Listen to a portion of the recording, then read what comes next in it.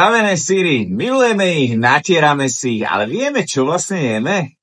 Karička versus veselá krava. Ktorý je lepší? Poďme sa na to pozrieť. Karička obsahuje prírodnú syrovú arómu, stabilizátor E472E, karagenan, ktorý môže u citlivých osôb podražiť trávenie.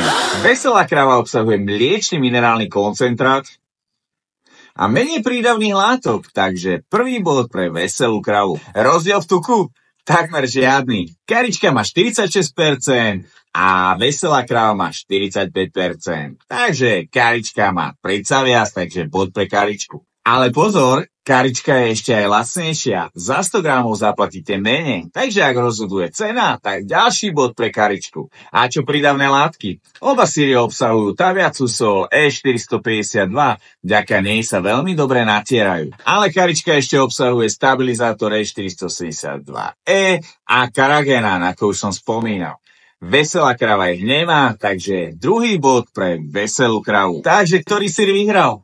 Ak chcete čistejšie zloženie, tak veselá krava je lepšia voľba. Ale ak chcete lacnejší syr, tak karička vyjde lacnejšie. Ale ak vám ide o zdravie, tak pravý syr je vždy lepšia voľba ako tavený.